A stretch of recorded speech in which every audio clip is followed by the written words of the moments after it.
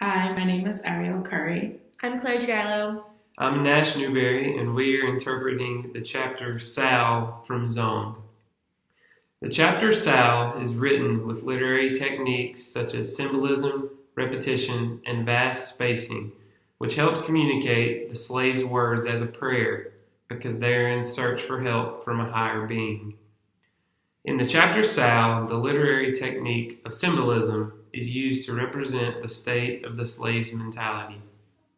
On page 61, it says the loss within and lost visions, but should not be interpreted as a literal loss.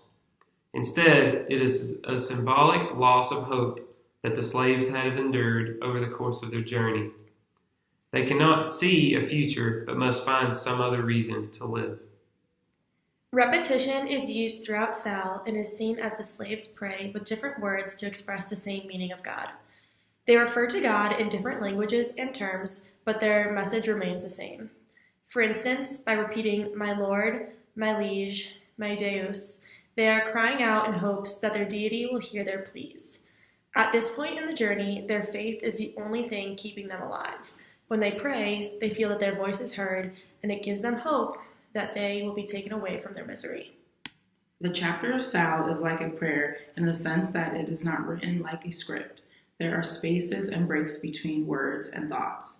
These spaces represent the time it takes for them to put thoughts together. In this time of need, they are emotional, talking to their God. They need a break between words and phrases because it takes all their effort to make simply a few words. As they are saying SOS, help, they can only say SOS.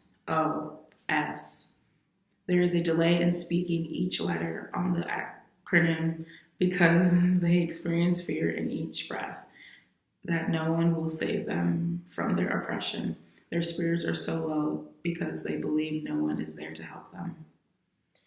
As the journey continued, the reality of being thrown overboard caused the slaves to look for one sign of hope and turn to a higher being. The emotions felt are expressed through the symbolism, repetition, and spacing seen in the chapter of Sal.